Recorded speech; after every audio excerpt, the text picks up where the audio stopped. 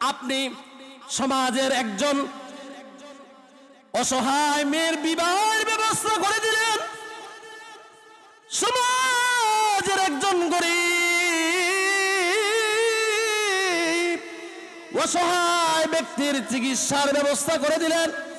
একজন মানুষ বৃদ্ধ হয়ে গেছে, তার কোনো সন্তান নাই, বয়স হয়ে গেছে, মাজুর হয়ে গেছে, লাঠি বর দিয়ে হাঁটে, কামাই করার মতো কোনো সুযোগ নাই, ছেলেও নাই।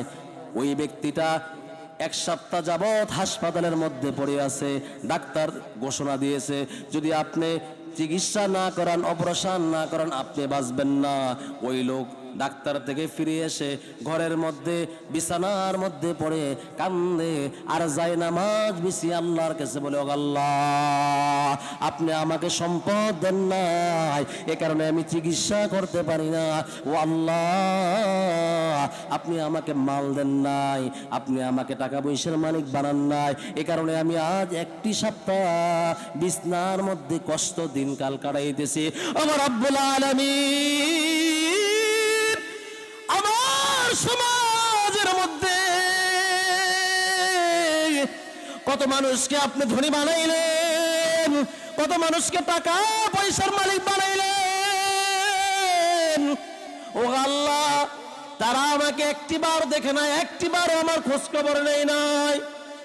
তখন আল্লাহ তাআলা ওই ফেরেশতাকে ডাক দিয়ে বলো, ফেরেশতারা যাও যাও যাও যাও, তাকে আমি ধন দিয়ে পরীক্ষা করলাম, আরেকজনকে সম্পদ না দিয়ে পরীক্ষা করলাম, আজকে সে টাকা পয়সার মালিক বড়লোক হইয়া গরিবের খোঁজ খবর নেয় না, গরিবের কোনো হক আদায় করে না।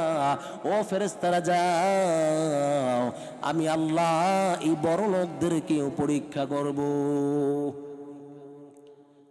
সকাল বেলার ধনী, সন্ধ্যা বেলার ফকির, আছে না? আচ্ছা, আপনাদেরকে স্মরণ করাই, কারণ বাজারে যে আগুন ধরছিল, মার্কেট যে পড়ছিল, কোটিপতিরা হিরো থেকে জিরো হয়েছে না? হয়েছে নি? কে করছে? আপনি মনে করেন এমনি এমনি হয়ে গেছে? এমনি এমনি হয়ে গেছে?